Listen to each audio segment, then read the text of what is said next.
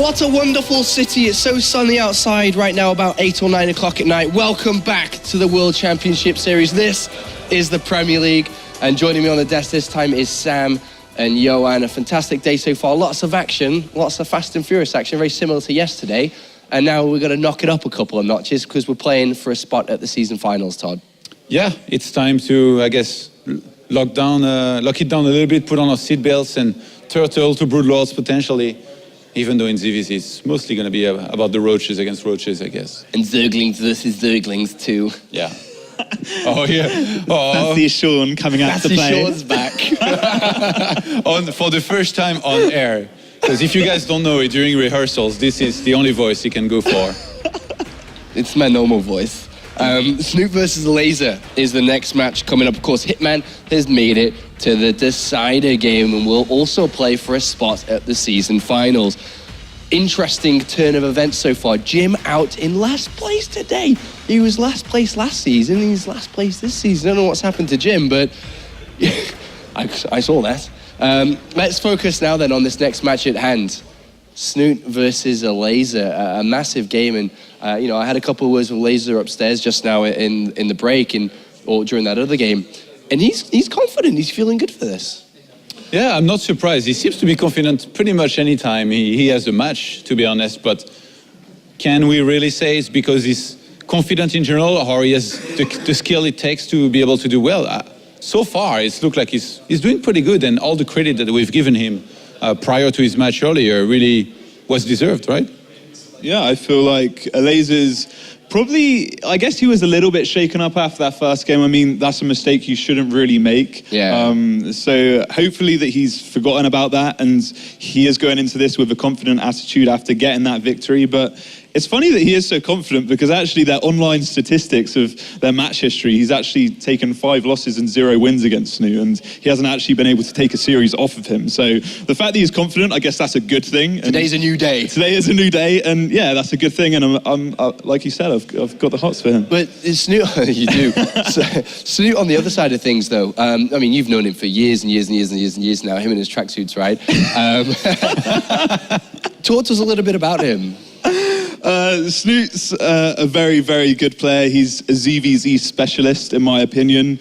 And I feel like he's definitely very confident in that matchup. As we can see, the past 2 times he's made it to Premier is off of ZvZ wins. And to get into this season, he actually beat Cyril 3-0, like we saw.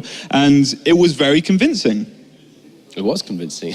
You sold me there too. I was staring at you. I think it was that convincing. Yes, it was. But there's much more at stake for Snute than just playing and beating Elazer here and going through. There's a global final spot available if he's able to win this season, and that's huge. Yeah, it's a long shot though, and definitely needs to be through an advancement here in this group. So. Not sure if it's quite what he has on his mind right now, because I remember it was, I think, 2 seasons ago where he was very close to qualifying, and everybody was like, so it's important for you, right? And he was like, well, hell yeah, it's important, but it's kind of messed up my mind to think so much about the qualification on the line. And in the end, I think he was in season 3, actually, of WCS, where I kind of want to say butchered, maybe it's a little bit harsh, but he didn't go far at all. He bombed out very early when he was one of the favorites, ended up winning almost no points, and then didn't make the global finals. Well, the spots are on Lilbo now, so maybe a bit of pressure has kind of been taken away from Snute coming into this. We do have the map vetoes ready, boys. They're going to appear now just down here below you. And the 3 maps that we are going to go to is Cactus Valley, Coda, and Terraform. And once again, we didn't quite get rid of all the 4-player maps. Cactus Valley's come in, and that's going to be an interesting first map. We'll talk about that in a second, but Coda and Terraform are going to be the more comfortable maps if we even get to that 3rd map, right?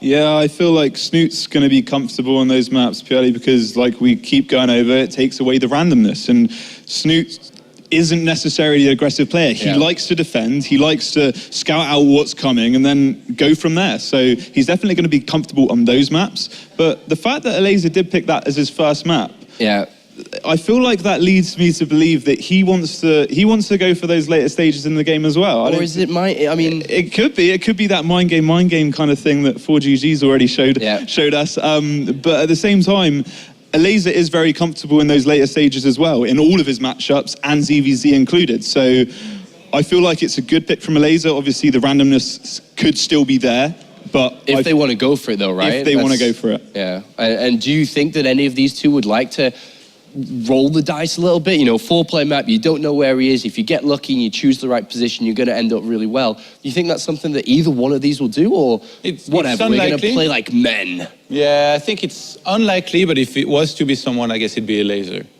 Even though he's confident, maybe that's part of his confidence. He's like, well, I know that Snute kind of always opens safe. There is maybe one build that I can do to try and do some damage early on and then get ahead economically because of that build. So maybe I'll try it on that map, on the 4-players map, hoping he's going to scout me second or last. Okay, then. So going to have to ask my favorite question then, the predictions, boys. Let's jump right into this then. Todd, which way are we swinging today? I know that Blink's going to pick Snute, so I'm very tempted to take Elazer. But I don't think so. I think he's choosing Elazer. Have you been listening to this kid the last few days? He's had the hots for 2 people. Elazer and Teal. Yeah, true. Okay, then I'll definitely go for Snute myself, just to disagree with you. I'm going to agree with Todd. Oh my God.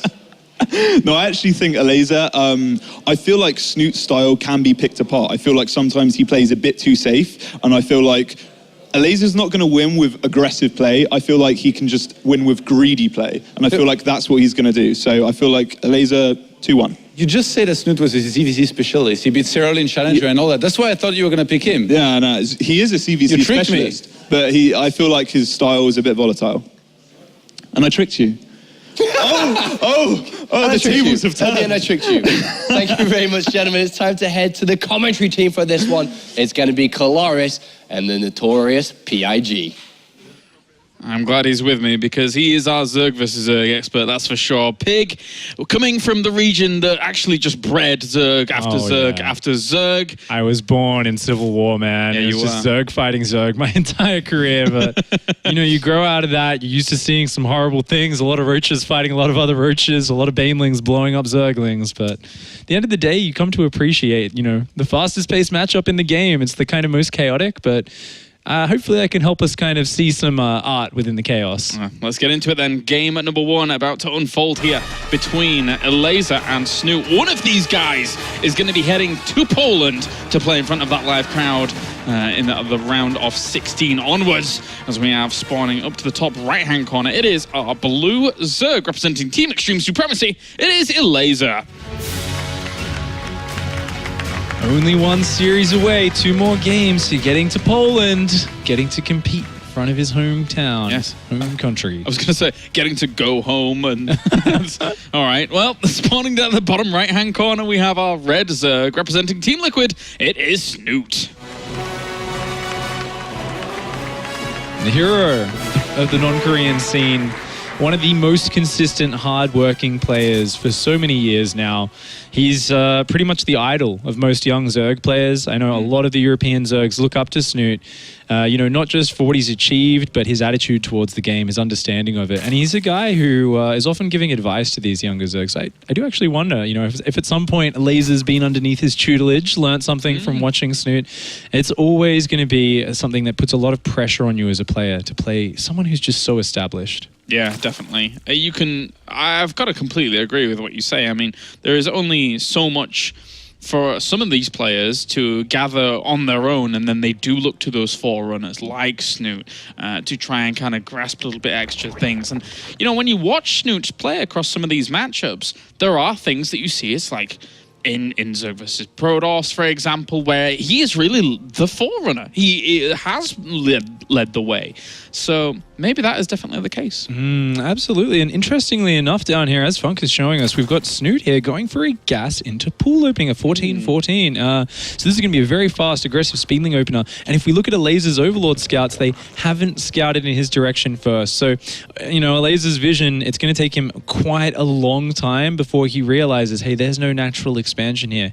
Meanwhile, Snute's Overlord already heading into Elazer's base, and he's seen the hatchery first, and he's going to see, okay, a very fast gas and pool. So Snute's got all the information to react from here. Yeah. But I guess his build kind of pegs him into, he's got to do some aggression here. Yeah, definitely. I mean, speed's already being produced. He's trying to play it pretty greedy here with the amount of minerals he's going to be taking after taking his drones away from the gas after having 100. Heads on down to the natural, picks that up, and maybe we'll see some Zerglings on the way very soon now. Yeah, this is a really cool choice from Snute because it plays against his image to some extent. A lot of players see him in Zerg vs. Zerg as being this ultra-defensive player who just wants to get to the mid-game. He wants to get roaches out, he wants to get infestors out. But here we see Snute going for something where he's going to have a lot of tempo early on. He's going to be able to put on quite a bit of aggression and, bang. Yeah, it's not exactly what I was expecting from Snute here. He's got 2 back in gas as well, so we'll be gathering a little bit. This Zergling didn't do too well against them pigeons. Actually, they're probably not pigeons, let's be honest, on this foreign planet, but I'll say they're Cactus Valley pigeons. Yeah, they're deadly beasts. Don't want to mess with the pigeons, mate. Interestingly, though, Snute doesn't have a lot of Zerglings out yet. So even though he is going down for a Baneling Nest, like, he can't really hit a big attack off this just yet. You know, he's built 18 drones. That's a lot of drones. So any sort of pressure he puts on here, it's going to be somewhat just a pressure. It's not like a big all-in attack. Elazer sees the Zergling speed is finished as his Zerglings out front Snute's base are getting killed off. Elazer at home is dropping a Spine Crawler and trying to get those queens on that ramp. Now's Snute's turn to put on the aggression and try to get some damage done. Yeah, and if he doesn't get a damage done here, I mean, forcing responses from your opponent can sometimes be enough. I mean, behind this, he is droning, trying to catch on up, will put on some pressure. Drones are already not mining at this location, so that has forced some kind of responses. 2 Banelings really want to find a good detonation, and they will go straight onto the Spine Crawler here. They were just looking for juicy damage, AoE, to actually do damage to even Zerglings as well as the Spine at the same time. Does get 2 drone kills, does Snute, but, you know, he's forcing out some Zerglings. He did kill the Spine Crawler, and Snute is already up 3 drones behind this, but now the Zergling speed's kicked in for Elazer. He does have his Baneling Nest about to finish up, and now it's Elazer's turn to push back across the map and put that pressure onto Snute. And we'll always force some more extra units being produced here by Snute. Obviously, he does have those 3 Banelings morphing in for the defensive stance.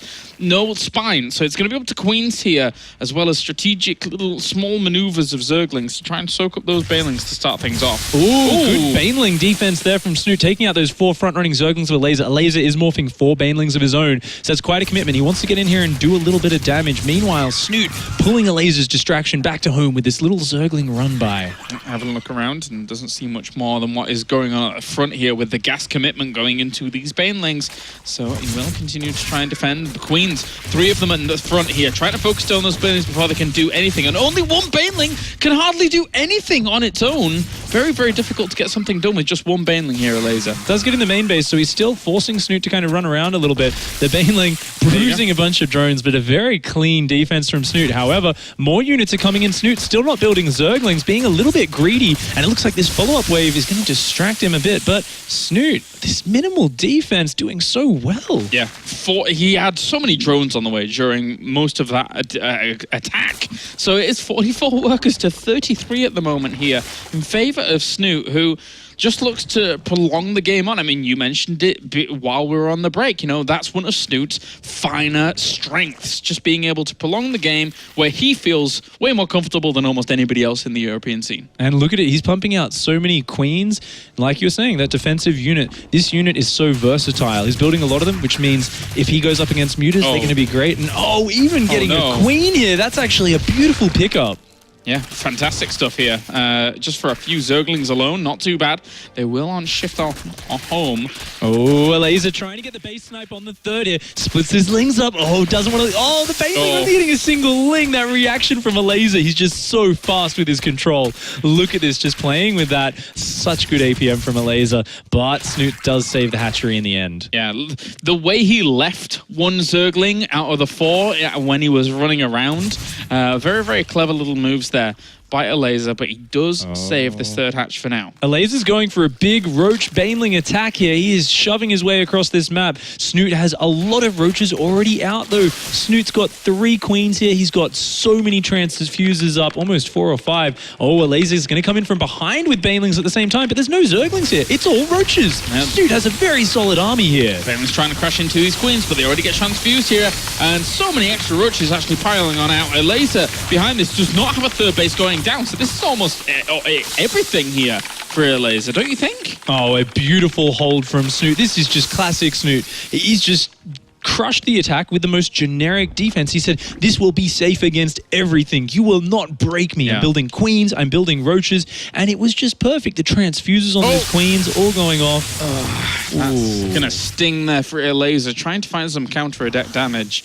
And you know we're in a weird group when the Zerg versus Zerg of all series is gonna go on for potentially even the longest time because all the other series have just been very, very quick today. Yeah, I mean, Elazer and Snute, I mean, Elazer loves his aggression, but he doesn't tend to go all in with it. We can see he's trying to transition out of this, but Snute, realizing the roach advantage he has and his roach speed kicks in, he's going to put on a big counter pressure here. Because he's got the mobility advantage, he can run away at any time. There's no way for Elazer to chase him, but Snute's choosing to take the fight, and Elazer, he just sees he's so far outnumbered, has to tap out. We jump into first person just to find the last glimpse of Snute being able to take that victory.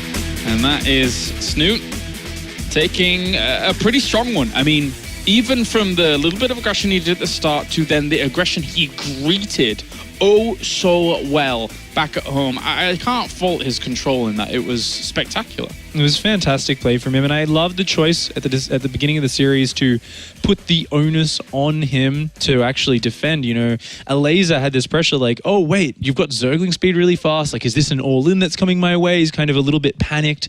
How big is the aggression? And it allowed Snute to scout exactly what Elazer was doing. It allowed him to see what was going on, put the pressure on, and from there, I think Snute felt very comfortable to say, well, my follow-up is this very defensive, standard, you know, you can't break me mode. But because I've already put the pressure, I've already got in your face, it's very unlikely you're going to sense, oh, he's being greedy, I can be greedier. Instead, we saw Elazer was like, well, you know, he did that aggression. I think if I do this counter shove, I think it could work. Yeah. And it just played right into Snute's hands. Very difficult to do something about. And now our second map here at Pig is going to be Coda here in Zerg versus Zerg. What do you make of this map in Zerg versus Zerg? Are there any small nuances, or is it kind of a standard? Well, it is very straight up in many regards, but because it is one of the shorter rush distances, a 9 pool or a 10 pool Baneling, one of these early rushes could be very effective here.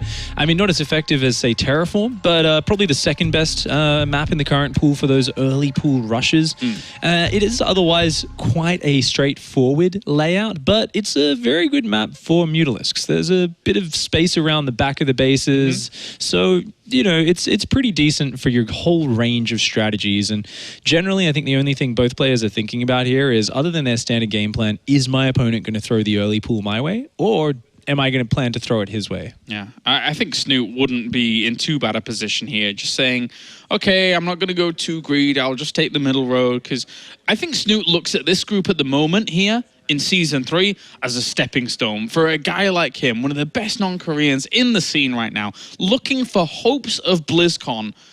Top 16 is the least he should be doing here in this season, right? Yeah, you can see it in his face. You know, he just took a game very cleanly, very well, but he's not excited by that. He's gone so much further in the past, and he wants to do it again. Let's get into it then. Game number 2, as Elazer looks to put himself on the map here to defeat the best non-Koreans. And up to the top left is that man indeed in the blue, representing Team Extreme Supremacy. It is Elazer. Looking very focused after that loss. Doesn't like the way that one went down. And down to the bottom right-hand corner, we have our red Zerg, one game away from representing at Poland. It is Liquid Snute.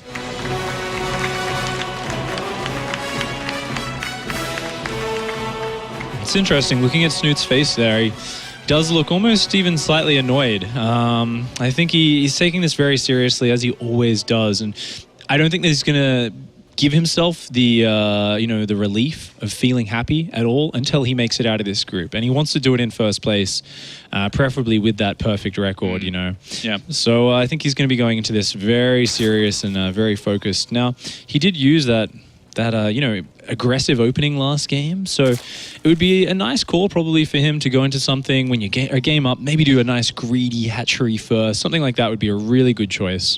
And that's one of the advantages that you get if you do finish in first place in one of these round of 32 groups. You actually go into a round of 16 group with 2 second places and 1 first place, as opposed to the other way around with 2 first places and 1 second place if you did finish in second. So definitely something Snute is wanting to look for.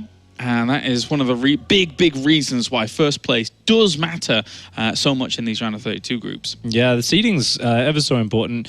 Snute, he takes everything seriously. Even when he's a game up, he's taking no chances here. We were talking about the threat of that early pool. Snute taking it seriously, going for the 15 pool 16 hatchery opening. Meanwhile, Elazer feeling a little bit more free in his play, a little bit more unencumbered and unafraid, which of course fits with his audacious personality. He is going for the hatchery first into a spawning pool and a gas. Yep, I'm looking to get away with that. I mean, as much as Elazer here going up against a very, very formidable opponent, he usually is expecting Snute to open with something a bit more down the line. Snute's not wanting to risk too much here. He wants to move on with the 2-0. And he knows that Snute believes that Snute is so strong in the mid-game. That's just kind of the confidence that Snute has. Yeah, absolutely. Elazer, this is his weakest matchup, statistically speaking. He's a guy who's so great in his Protoss and Terran, sometimes does struggle a little bit to show that same flair in Zerg vs. Zerg, the same little tiny adjustments and the spark. But I think he's been improving a lot over the past weeks, and with his confidence going into the series, just what he's been saying to us before the games, I definitely feel like he's got a good plan here.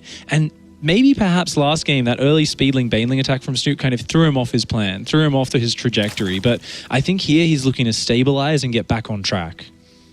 And for the most part, I think a lot of both of these players as well know what awaits them in the Deciders match, which is Hitman, which is, we've already seen plenty of that today. We've already seen plenty of that. It's actually very scary to play a player like Hitman in deciding match. Neither of these guys wants to go down there because Hitman is such a wild card. He has absolutely no fear. Oh, that's one way to describe him, no fear, and it's fantastic to watch, actually, when you get players like that. But for now, Snute is going to be throwing down himself a Baneling Nest at the front, more of a defensive location than anything else. Likewise, Elazer copying the same, but leaving 2 Zerglings towards the front. Maybe he can use those for some kind of aggressive Banelings later, but I don't expect too much aggression just yet. No, it does look like both players very content to drone right now, both building their economies and looking to have a very nice defensive setup. Interestingly, Snute dropping a double creep tumor at the front and just now starting his 3rd queen.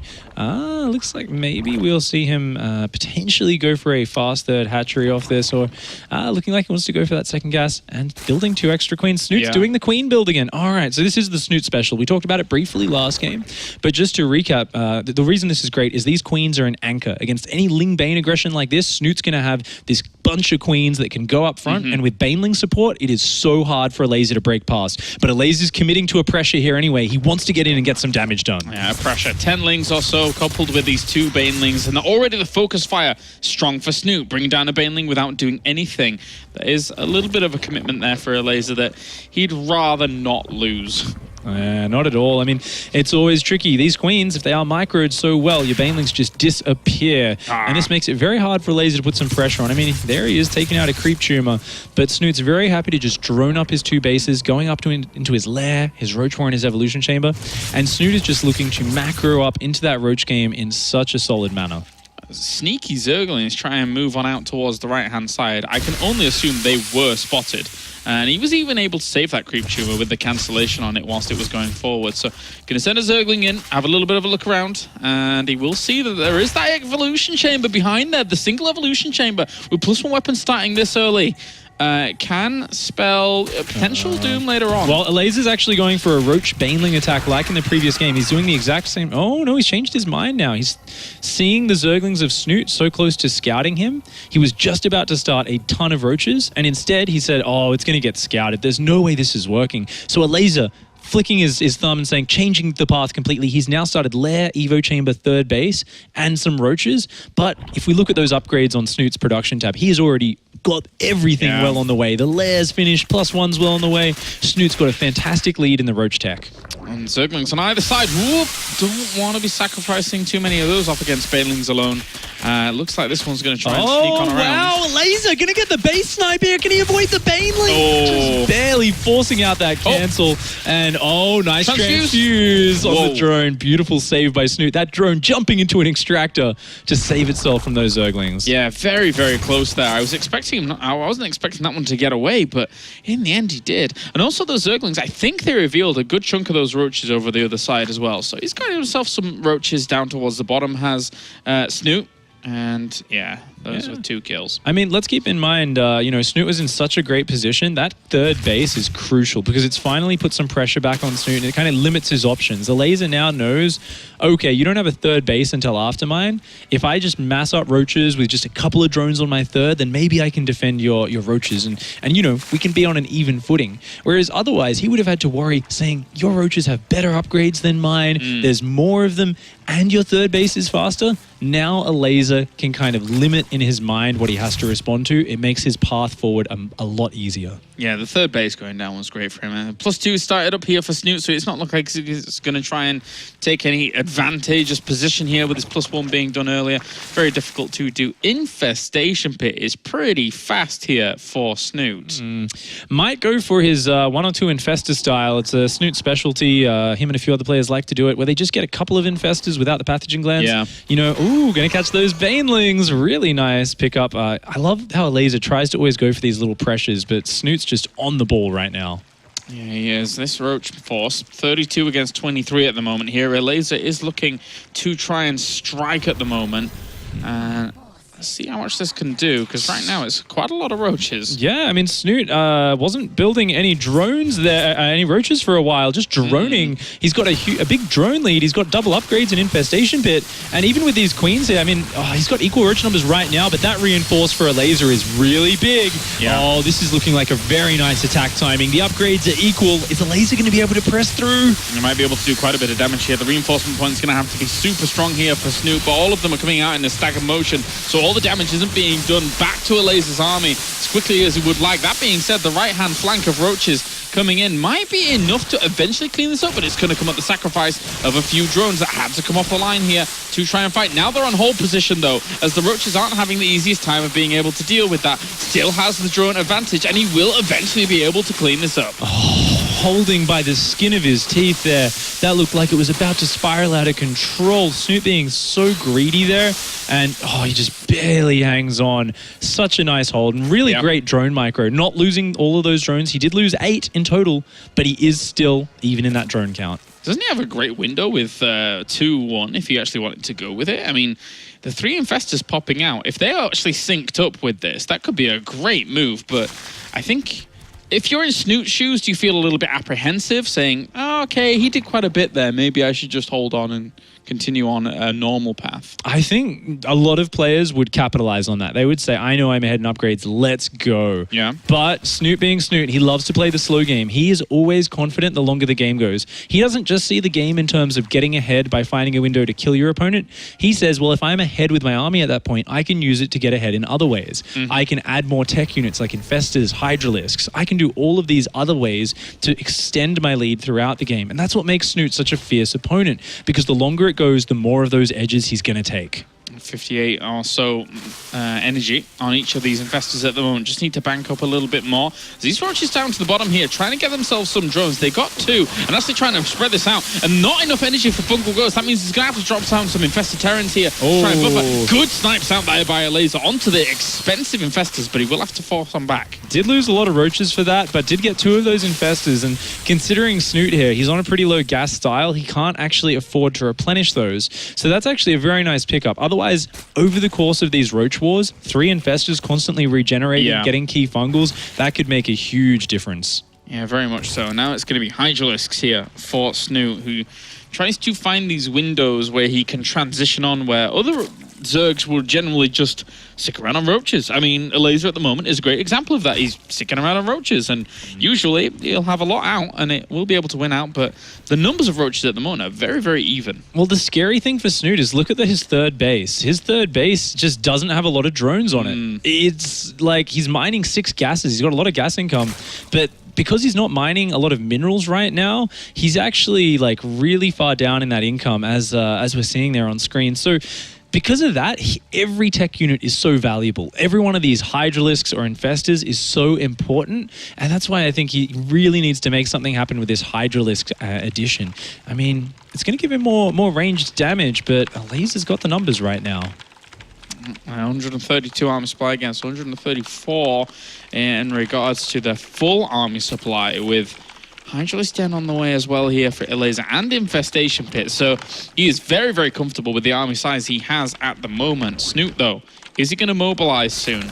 Right now, it looks like with those Hydras mixed in, technically, shouldn't his damage output, especially since he's got Carapace as well against 0 Carapace from Elazer, shouldn't that be able to trump this army? It's a stronger army in a straight-up fight, but if Elazer can get a really nice wraparound, a great concave or a great surround, that'll be great. A couple of roaches from Elazer are going to counterattack, forcing Snute to commit even harder. Snute's got a fungal growth in there as well. Those roaches from Elazer are starting to do damage, and a beautiful spread from Elazer coming in. A lot of Snute's roaches are trapped at the back. This is a pretty good angle for Elazer, but the Hydralisks are just doing so much damage. Burrow on forwards there with a few roaches to try and get on top of these Hydras, but at the same time, they just didn't do enough. 136 army supply against 74 at the moment. The roaches at the back were trying to shut down the rest of this, but at the same time, he's going to lose this base. If Snute just pressed the advantage through to the production lines, he could probably finish this game. Yeah, Snute has found his timing window.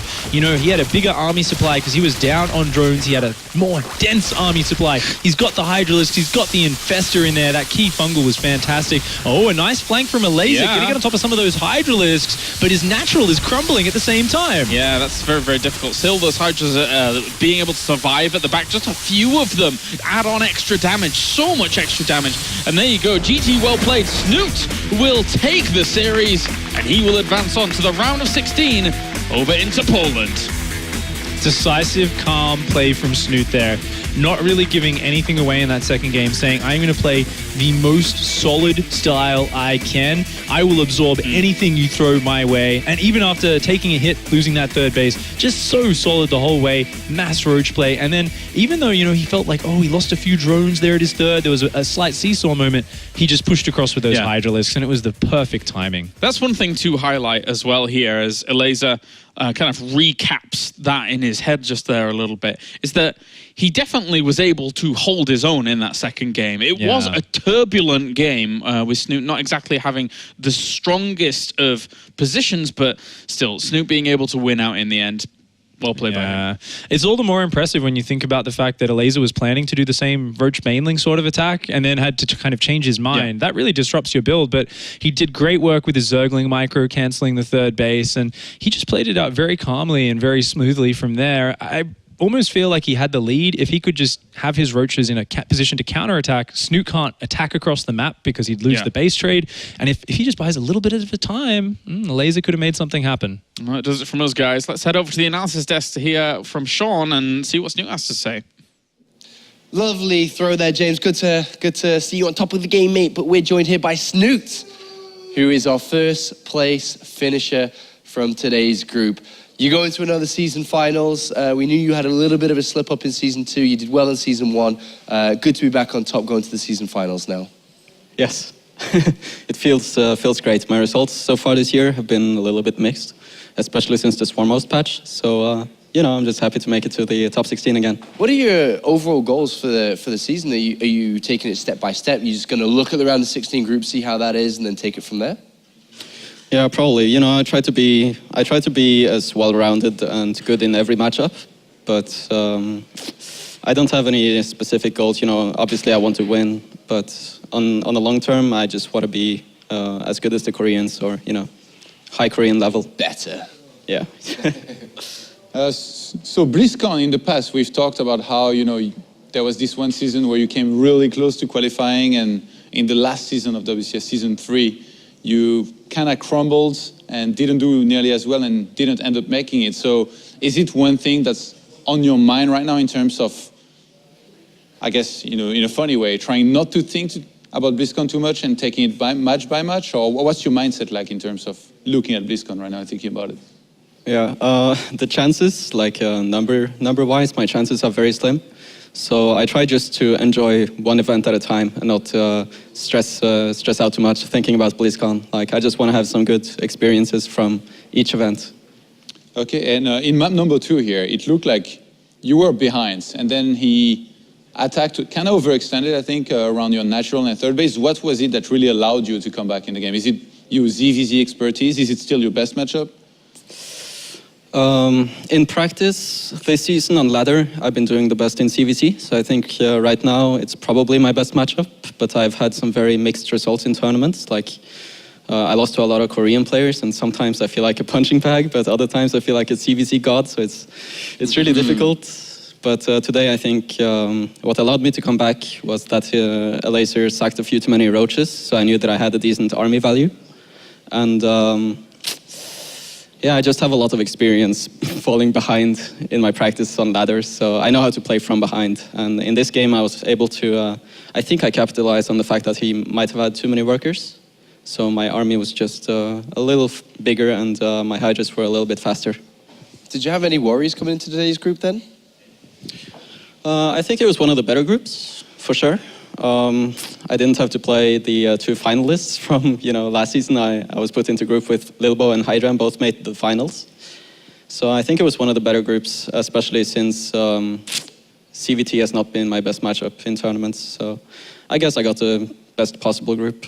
So what's next for you? Obviously the season finals, but there's still a couple of weeks before that happens. Are you traveling anywhere? Are you doing anything? Is it just kind of calming down, practice, nailing a lot of games, then getting ready for it? Yeah, I think I'll be practicing a lot back home in Norway. I've been traveling a lot recently to China and to Korea for Star League, which didn't go so well. So I'm kind of done with traveling for a while. I also went to the gaming house, the Team Liquid gaming house, so I stayed there for a while, and then Gfinity London.